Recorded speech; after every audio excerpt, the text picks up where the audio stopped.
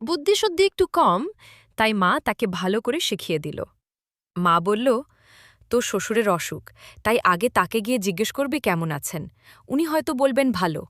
তখন বলবি, এইটাই তো আমাদের কাম্য। তারপর তিনি কি উপাদেয় নিচ্ছেন জানতে চাইবি। তিনি কিছু একটা বলবেন। তুই তখন বলবি, অনেক ভালো উপাদে, রোজ খেলে তাড়াতাড়ি সুস্থ হয়ে উঠবেন আশা করি। তারপর জিজ্ঞেস করবি, কোন ডাক্তার তার চিকিৎসা করছেন। ডাক্তারের নাম শুনে বলতে পারবি তো, দারুণ ডাক্তার, খুব তাড়াতাড়ি ভালো হয়ে যাবেন। আর সব সময় হাসি হাসি মুখ করে থাকবি কেমন।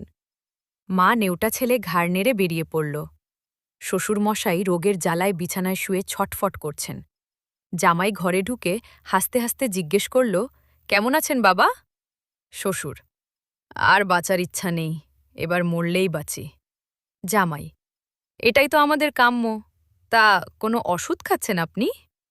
ঘোড়ার ডিম, বাহ বাহ, অনেক ভালো ওষুধ, রোজ খেয়ে যান, ভালো হয়ে যাবেন আশা করি। আবার হাসতে হাসতে, তা কোন ডাক্তারকে দেখাচ্ছেন?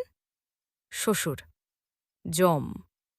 জামাই, খুব ভালো ডাক্তার, বেশ নামকরা ডাক্তার, আপনি কিছুদিনের মধ্যেই ঠিক হয়ে উঠবেন।